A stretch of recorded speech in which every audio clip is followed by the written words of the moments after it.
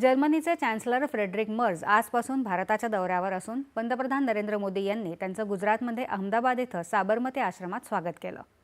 दोन्ही नेत्यांनी राष्ट्रपिता महात्मा गांधी यांना पुष्प अर्पण करून आदरांजली वाहिली। मर्ज यांनी साबरमती आश्रमात महात्मा गांधी यांचा चरखा पाहिला, तसंच अतिथींसाठीच्या वहीत आपला अभिप्रायही नोंदवला।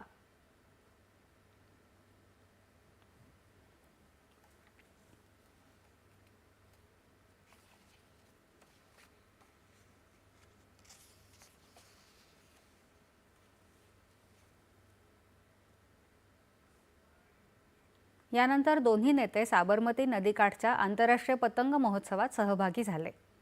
इथं उपस्थितांनी दोन्ही नेत्यांचं भव्य स्वागत केलं। भारताच्या संस्कृतीचे विविध रंग यावेळी पाहायला मिळाले।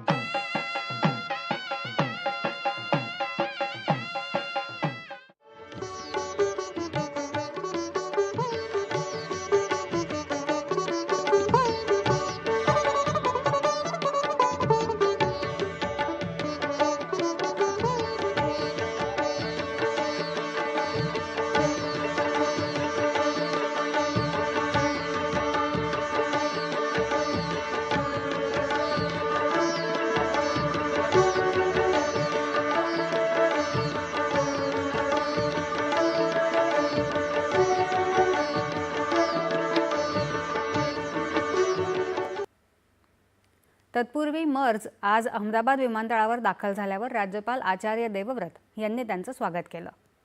भारत जर्मनी राजनैतिक संबंधांची 75 तर रणनैतिक भागीदारीची 25 वर्ष दोन्ही देश साजरे करत असून पंतप्रधान नरेंद्र मोदी आणि जर्मनीचे chancellor Friedrich Merz Bharat Germany रणनैतिक भागीदारीच्या आतापर्यंतच्या प्रगतीचा आढावा या दौऱ्यादरम्यान घेत आहेत।